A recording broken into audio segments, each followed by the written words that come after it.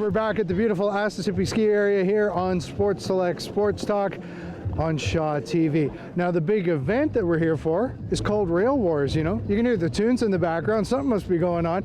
Here to fill us in is the organizer of Rail Wars, Shannon Johnston. How you doing? I'm good, how are you doing? Excellent. Good. Let's talk about Rail Wars first of all. What's going on behind us here today? Basically it's a freestyle competition for skiers and boarders, kids as young as 10, go up to, I think our oldest is probably 36.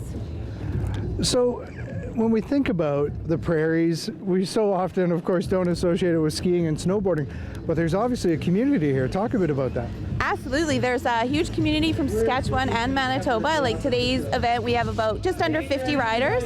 We usually hold about 4 or 5 freestyle competitions a season, and it's a really good turnout. Our opening weekend one's about 50. Lots of riders from Winnipeg, Regina. We have a ton of local riders and staff as well. As a resort and a facility, you've obviously made a conscious effort here to develop terrain parks. Absolutely, yes. Like you said, we are the prairies, we're not the mountains. We have a lot to offer anyone that's not doing any freestyle training, but that is a big part for a lot of the kids, basically up to about 25 or 30. We need to offer something a little bit different. We have 2 terrain parks, and they're always busy. You can see people hitting the jumps all day long, so yeah. I got to imagine that's a labor of love. It must take a lot to maintain these things. You know what? It does. We have a train park supervisor, a crew of about 9 in total, as well as floaters. So installation, it takes a lot of time with the cat, lots of handwork and shoveling. But you know what? It's worth it. People have a great time out there, and yeah, it's fun to watch too. Talk a bit about the growth that you've seen in the snowboarding community just in the past number of years that you've been here. Well, you know what, I have been here since 2000. I wasn't always doing events, but there has always been a fairly strong snowboarding scene. We're seeing the freestyle skiing growing a little bit more. Today's event, I think there's about 8 or 9 skiers in it, but that is definitely growing more. We've always had our freestyle snowboarders, but yeah, the skiing side is definitely growing. Now, no sooner do we do this event when just before this, of course, Mark McMorris snowboarding to a bronze medal at the Olympic Games. Yeah. I understand he's got a little bit of a presence here. Talk about that. He does. Obviously, he's from Saskatchewan. His coach, Russ Davies, is actually designs our parks at the beginning of every year and helps install them and trains our terrain park staff. He also did a little bit of coaching with Mark here. Obviously, they were out in the mountains training a lot, but he was entered in a few competitions. He was in Rail Wars 2007, I believe, and won first, and his brother Craig won second. How incredible, too, that he's from Regina. Yeah, I know, and he's an amazing rider. So there you go, dream big. Just because you're from the prairies doesn't mean you can't be an Olympic snowboarder, that's for sure. That's right. Talk about some future events you have coming up before the end of the winter. Right, well, this weekend actually it's our long weekend, so we have some live music at the Hill. We have fireworks, big fireworks show on tomorrow night. We also have a Canadian Snowboard Federation clinic and competition. We have Big Air coming up and our year-end slush cup as well, which is a big party basically. I was going to say the slush cup, does it live up to its name? It absolutely does, yes. Yeah, we usually have to cut it off, about 60 people that want to enter, and there's anyone from bikinis and canoes to, you know, little 12-year-old snowboarders.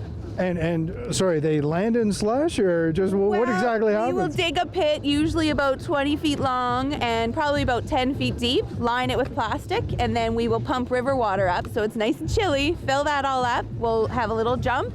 We personally don't want them to cross it. We want them to fall in, and most do, and we'll have ski patrol in there with dry suits that help them unhook their whatever equipment they're on and get them out, and we have hot tubs waiting for them after. I'm glad we're here this weekend. You should come out for that one. Well, we'll talk about it. But, you know, this has been a delightful visit, and I really appreciate you making time for us today. Thanks you. Thanks for coming. Shannon Johnston here with the Asessippi Ski Resort. Now, this is a ski and snowboarding show, and now on our Earn Your Donut segment, we got to focus on the legs, don't we? Here now is a visit with Pam Moran at Strategym with a leg workout. This is Earn Your Donut. And from the ski hill back to my favorite gym in the entire city of Winnipeg. Hello, Pam. Hello. So obviously to be a good skier, snowboarder, got to focus down below, right? Good lower body. Yes, right. We did core last week. You need that too, but you also need good strength in the lower body. So this is what we're doing today. Time for some good pain. So our first leg exercise is going to be a high step. So working your glutes, your quads, your hamstrings all together. So you're going to pick up your load and place the right or left foot on. Make sure that core is nice and tight before you go. Oh, right, because we were doing core last week. Yes, we were, and now you want to get it engaged. So one foot on, you're going to keep that foot on the whole time. As you push, you're going to push up through that heel and then lower down nice and slow. And I do feel that with the heel. That's good. Yeah, huge. So keep the foot on the whole keep it time. on. So you're Okay. just going to lift and a lower. So we're going to do 12. So once you think about your glutes, your muscles in the butt, think about your quads, think about the hamstrings. They're Isn't that all vain working. thinking about my glutes, Pam? No, it's not. No, mindful. Can't wait to see what's next. Oh, the next one is going to be a squat, one of my Okay. favorites. How important is it to be able to lift and lower your body weight up and down? How important is From it? couches, from toilets, right? Okay. You want to be able to do that all by yourself for a long time. Yes, yes, I do. All right. So feet shoulder width apart. Shoulder. Navel in, and shoulders down and back, right? And just that chin stays up. So you can just find a spot just slightly down to look at, and that you're going to keep that gaze the whole time. Okay. As again, you push the weight back into your heels, butt the goes heels. back, butt goes back. Does it? And then you come up, pushing through the heels, all the way up. So I want you to think about pushing the butt back even more, Okay. right? So butt goes back, yes. Ooh, I feel Down. that. Yeah, you don't want your knees to be pushing forward. You want to Okay. take the weight in your glutes and then bend. Yes. And the other thing you want to make sure you're doing is making sure that those knees are tracking over about your mid-foot. Knees track perfectly, navel is in, and then standing all the way up, nice tall body. This is one of those star exercises, a little bit more advanced, but very good exercise for the glute and the hamstring. Soft knees, navel in, chest wall lifted, and you're going to scoot the butt back as you lower the chest wall down. Okay. Right?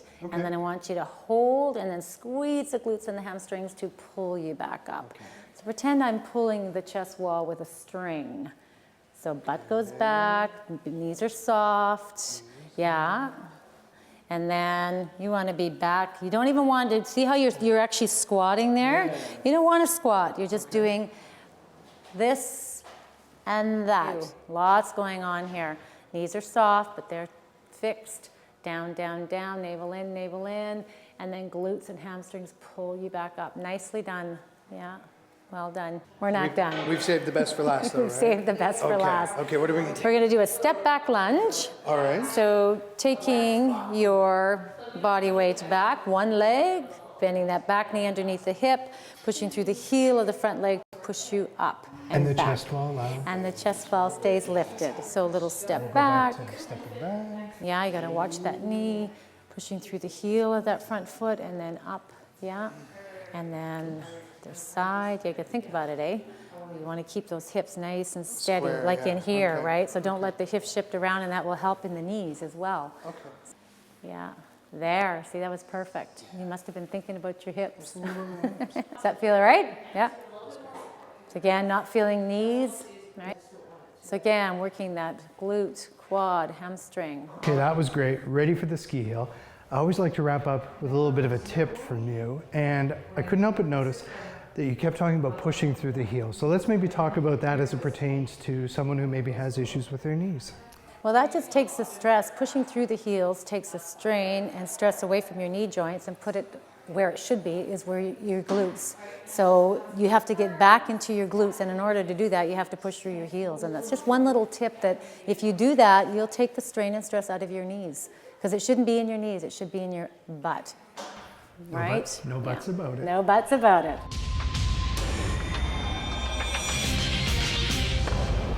Well, time sure does fly by when you're having fun on the slopes. Huge kudos to all the folks here at Asessippi for letting us have the run of the place. If you're looking for something to do in the later winter months, might I suggest you take the time to make the drive out here to Western Manitoba and enjoy what Asessippi has to offer. Of course, if you have any questions, comments, or suggestions for our program, don't hesitate to email me at the address that you see at the bottom of your screen. You can also catch up with me on Twitter at Al Foster Shaw. That's pretty much going to do it. On behalf of videographer Sam Carney and our entire Shaw TV team, I'm Al Foster saying so long from Asessippi.